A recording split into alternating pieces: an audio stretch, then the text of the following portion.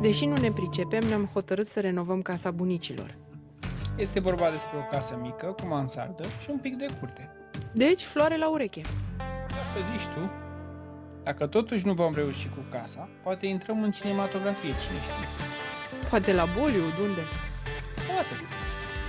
Dacă vreți să vedeți cum ne chinuie talentul, vă așteptăm săptămânal pe canalul nostru. Nu dați buluc, suntem timizi. Bună dimineața, jurnalule! Bună dimineața, jurnalul. Hai zi! Păi ce, nu prea mi-e rușine să zic? Spune tu, te rog. Ieri am muncit, am făcut tot ce ne-am propus. Am pus și profile de regips. Nu de regis, mă, de OSB. Da, profile de regis, dar montanți, scuză. Am pus și montanții. Da. Am pus și OSB-ul. Am făcut și podeaua. Am tras și... Bă, a fost o super zi, Da. dacă să mă gândesc. Da. Practic, astăzi nu mai avem ce să facem. Păi, da, hai să spunem ce o să facem săptămâna viitoare în caz. Păi nu, că le-am făcut pe toate ieri. Da.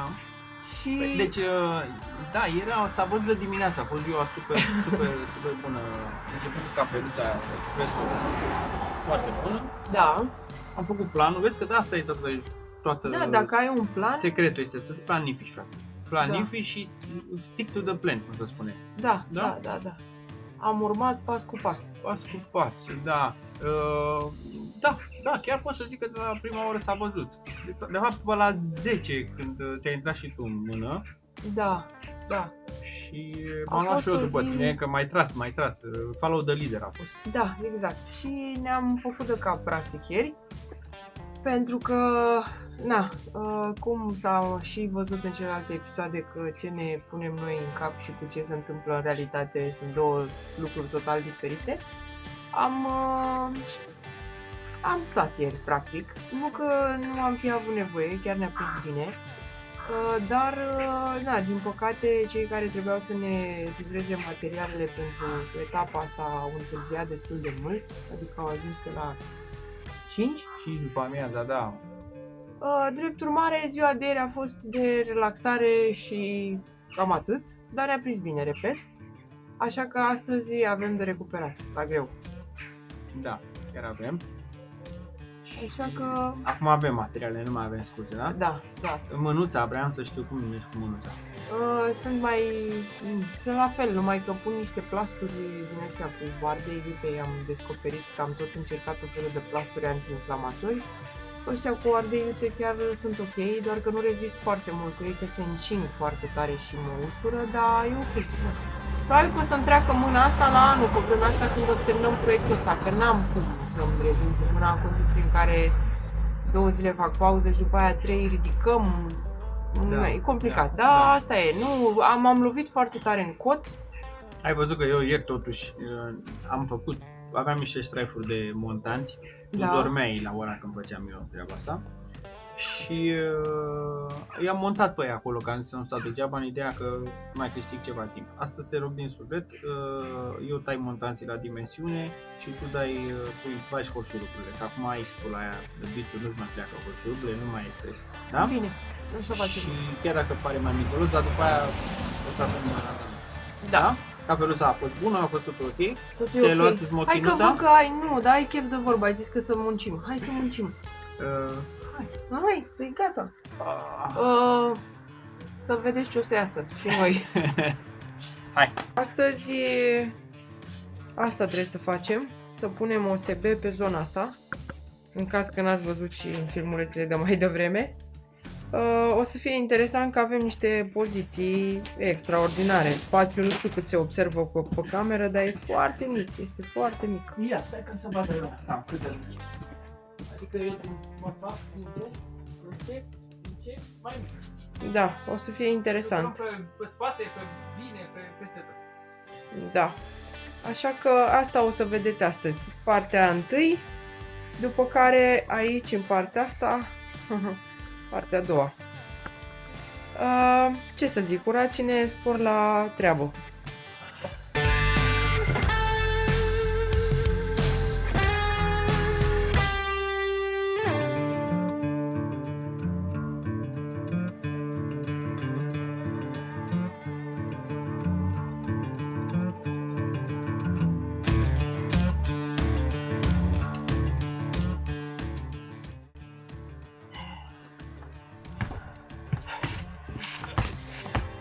și la pauza muncitorilor. Așa s-au muncitorilor. Unde este flaconul de bere? La 2 litri. Da. Oh, ce pârâie coloana. Ne-am chinuit ceva, deși e un mini perețel. Am măsurat de 10 ori și am tăiat de 40 și am greșit. Am confundat stânga cu dreapta, sus cu jos, am măsurat unul într-un fel, în fine. Pare că am terminat. Ne-a luat peticelul ăsta poate mai mult decât ne-ar fi luat o parte. Da. Asta e, când nu știi, N-aveam motiv de pauză. Da. Haide să... 5 minute, 5 minute și Doamne, începem dar cu o serie. păcătoasă e vata asta. Deci, deși n-am umblat la ea, dar când te plimbi pe lângă ea, pur și simplu te irită pe nas, pe gât. Da, observ că și noi avem un soi de masochism. Stăm sub ea, zici că Păi- stăm la umbră, sub umbreluță, dar... Păi acum ne mai bucurăm de ea un pic, o astupăm și gata. Stupăm. Așa este. Hai. Gata cu pauza? A ta, mea, încă mai doresc. Hai bine. Să-mi pui berea rece, te rog. Da. Pun și un grătar? Da, ce bine. Pune niște OSB pe grătar. Da. Pe unde o fi dispărut Mihai? L-a uitat de berea mea? Ia uite acolo. Ia să mă duc până la ea.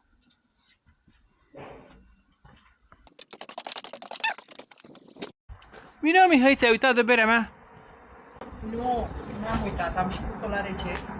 Dar am zis cât se răcește să finalizez randările astea cu mansarda. Poate,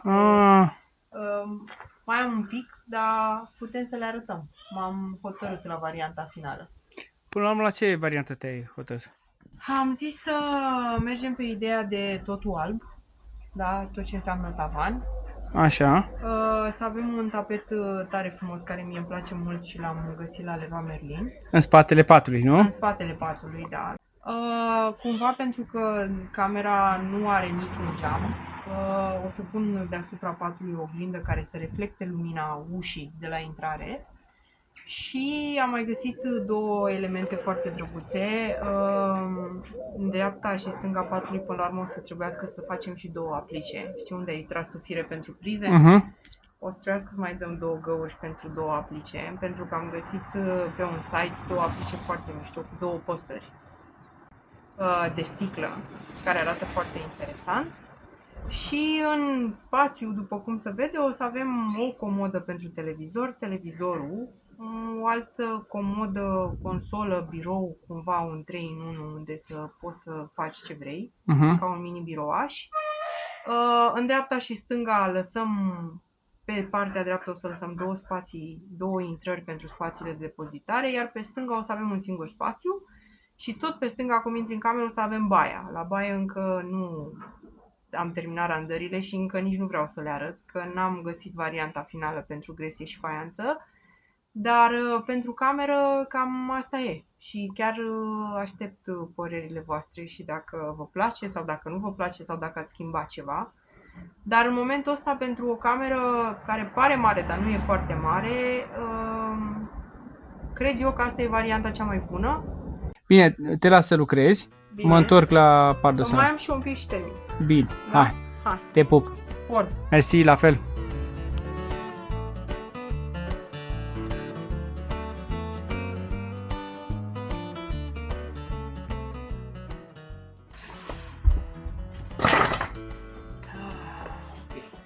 Lasă, nu mai avem nevoie acum. Ia zi cum. Am măsurat bine, bănuiesc. Nu, dar vedem după ce le punem pe toate. Bă, am măsurat bine. Nu, am măsurat bine, n-am ce să zic. Mergem pe ideea ta? Haide, Nico, și pe cealaltă.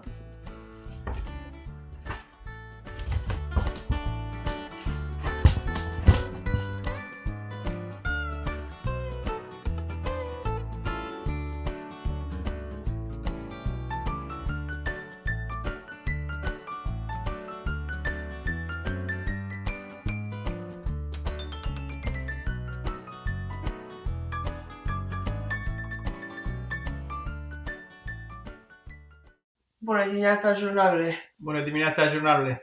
Suntem în ziua... Suntem în următoarea zi. Suntem în următoarea zi. Am reușit să terminăm o parte a mansardei de pus cu OSB, OSB, ceva. Uite, hai să-și arătăm un pic. Nu știu cât se vede. În dreapta și în stânga. Nu știu s-a văzut. Așa. Parcă e altceva acum că nu mai tragi pe nas vata bazaltică. S-a schimbat treaba foarte mult. O să avem și cealaltă parte de... Da, astăzi adică m-am trezit un pic mai greu. Nu știu de ce, îmi priește aerul de aici, chiar dorm foarte bine. Și bine și mult. Dar recuperăm. Săptămâna asta e așa un pic mai parcă de... E mai la relanti. Săptămâna asta, cum se spune la noi aici la Găiești, am cam plecat pisoiul. Da. Adică randamentul a fost mic, mult sub ce ne-am propus noi, mult sub jumătate. Mai prelungim o zi. De o zi n-am făcut nimic, am așteptat OSB-ul. Adică a fost bine într-un fel. A fost foarte bine. Ieri ne-am propus să terminăm cu OSB-ul, dar nu am reușit. Chiar dacă aici pretențiile nu mai sunt atât de mari, fiind o zonă închisă, aici... Da, zona asta va deveni zonă de depozitare și atunci... Chiar aici acum o să pară un zid. Da, fix aici în față, da, o să fie zidul care o să delimiteze camera în sine de zona asta de depozitare. În dreapta mea, probabil stânga voastră, va fi baia, deci oricum aici nu se va vedea nimic, dar n-am dat trasol, dar nici n-am mers 100% perfecțiune, că nu făcea sens. Da. Haideți să ne apucăm că de ce facem astăzi? Stai puțin în căsă și ne angajăm în fața oamenilor. Să le spunem ce facem ca să râdăm noi dacă nu facem. Păi nu, că de făcut facem. O să ne mutăm pe partea cealaltă și o să facem ce am făcut aici, o să facem și acolo. Bun, facem treaba cu montanții, eu ți-i tai tu, dai regăurile, da? Da, mai trebuie golit acolo, că acum mai avem niște chestii pe acolo, mai e niște deci toată. o jumătate de oră organizare de șantier. Exact, da.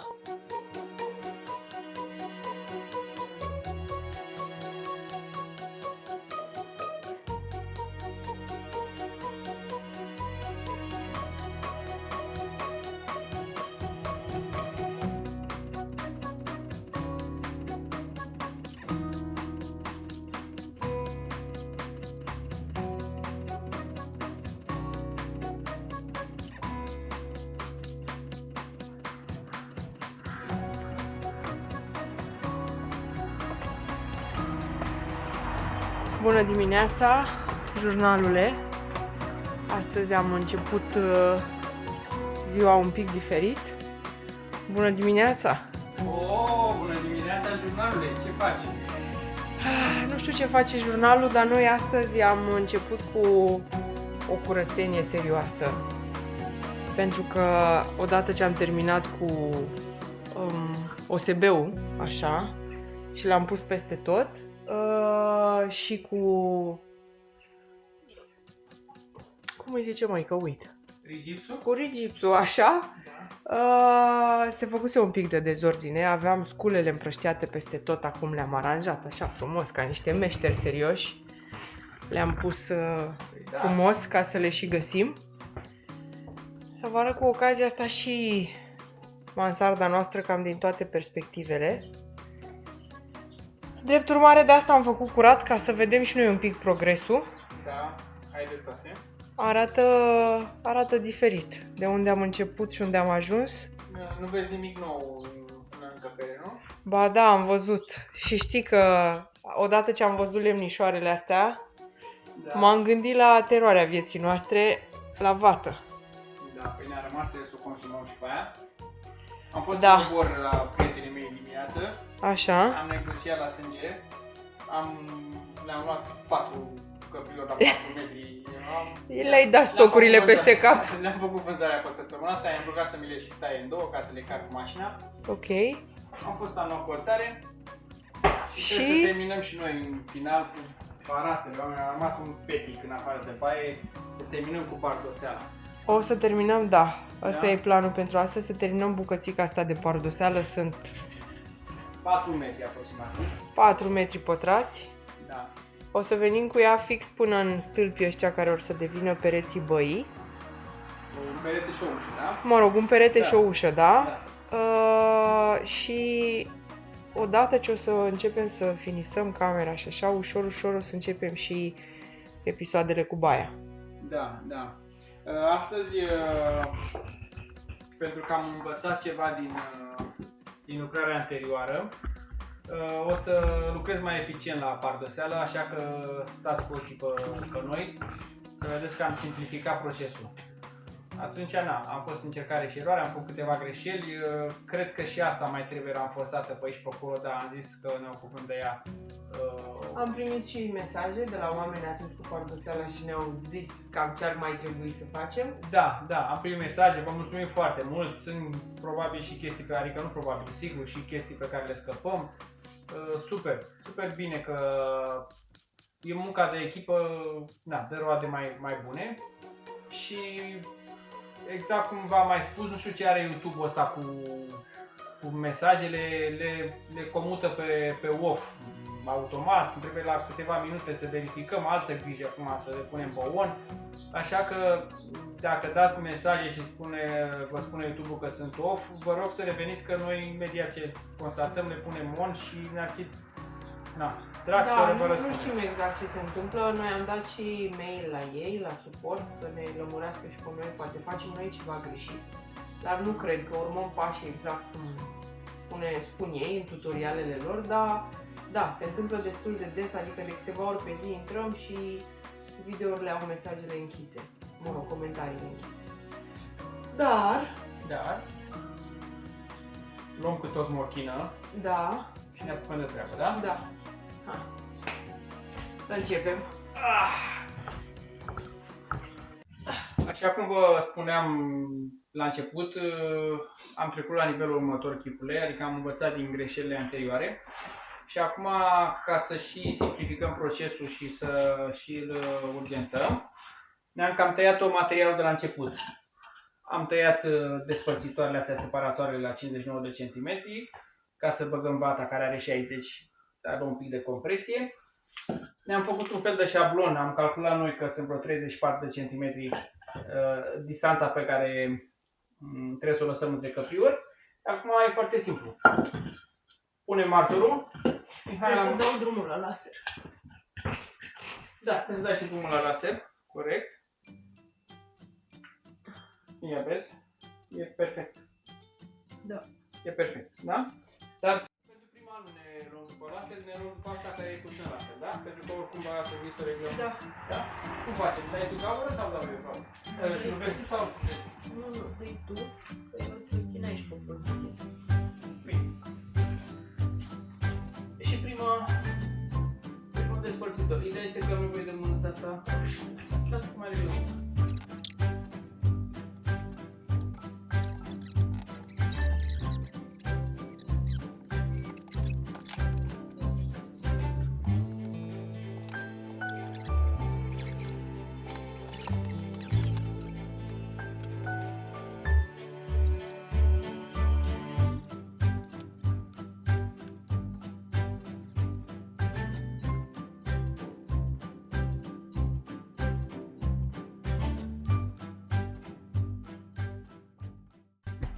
Nu vine să cred, gata.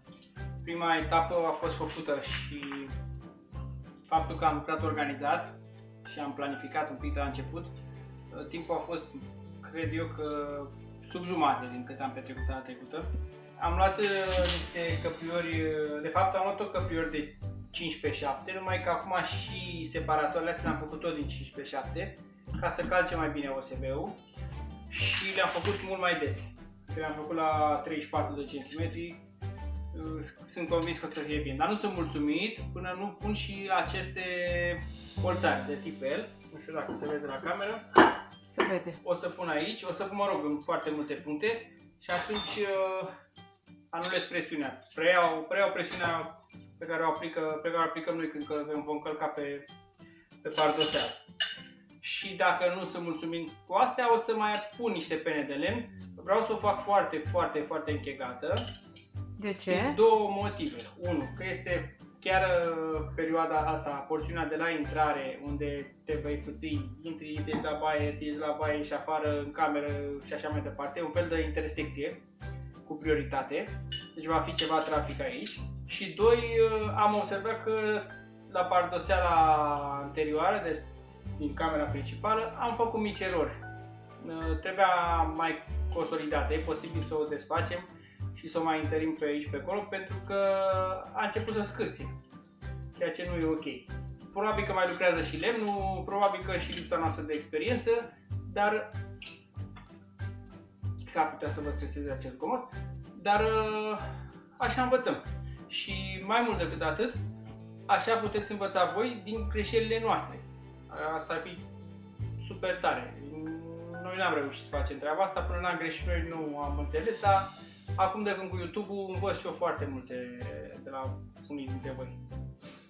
Mai am etapa de găurit, nu știu dacă are sens să vă stresez cu zgomotul, așa că o să o dăm pe repede înainte.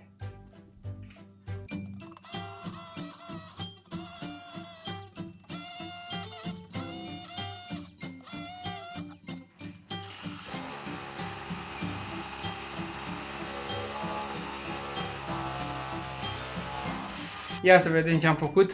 Mihaela deja a curățat, că mi-a zis că a căzut pe microunde, pe frigider, că știți cum e cu mărfii. Se mai întâmplă. Când ai meșterici ăștia ca noi, cred că m-am apăsat cam mult pe bormașină și uite că am făcut-o. Oricum trebuia să remediem, dar parcă nu era momentul acum. Asta e. Dar ce pardoseală am făcut noi.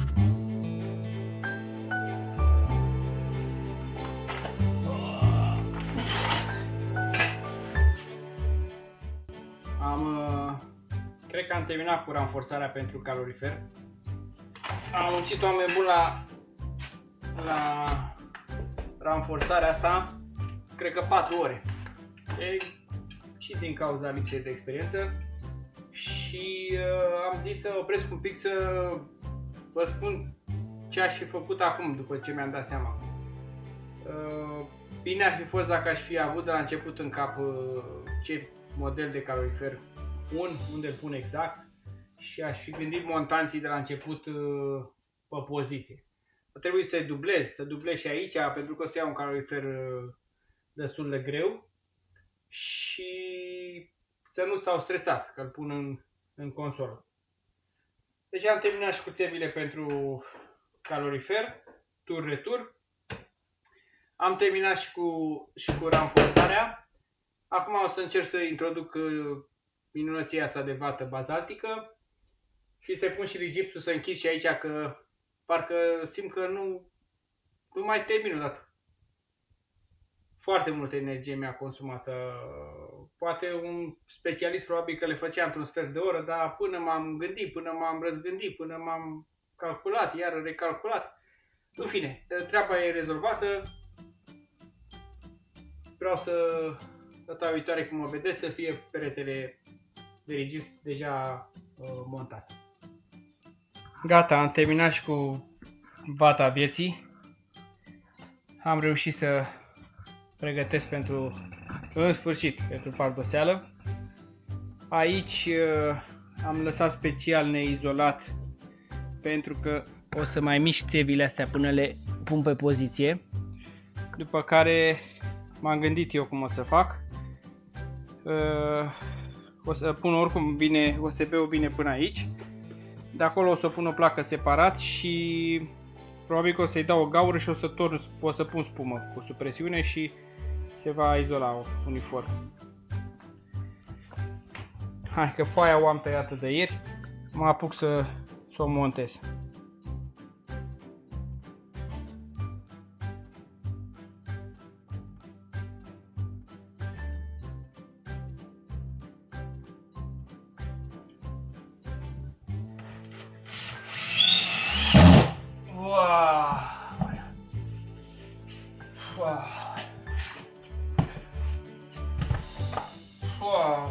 Nu vine să cred. Oameni buni, am muncit la bucățica asta de pardoseală și la ranforsarea asta, de dimineață, de pe la 7:30, 8, până acum e noapte, nu știu câte ora, dar cred că e 9:30 noaptea, seara. Scoate vata, pune vata, taie asta, nu e câș, una are 35, una are 37, aici uitasem să pun ranforsări, scoate vata din nou, pune ranforsări, în fine, parcă a fost așa, am făcut să muncesc de 3 ori mai mult decât trebuia, dar asta, nu știu dacă se aude la cameră, este super, stați o opresc și eu, lasă, este super, super bine făcut, de-abia aștept să o refac și pe cealaltă. Dar acum am obosit. Mihaela știți că e în concediu medical, cu mâna n-a vrut să participe astăzi la nimic și că s-a ocupat de editare, vezi doamne, de-abia aștept să văd ce a făcut. Dar oricum ne încurcam aici, cred că amândoi, era spațiu foarte mic, dar mă bucur tare mult că nu mai am energie să pun astă seară, mâine o să pun, mâine altă provocare, chiar cu o provocare, n-am făcut niciodată, să văd cum naiba gândesc eu dimensiunile să perforez gipsul la mare fix. O să încerc să mă folosesc de laser să văd, am semnele pe perete, cred că așa o să fac, da, cel mai bine, cred că tot laserul mă scoate din încurcătură.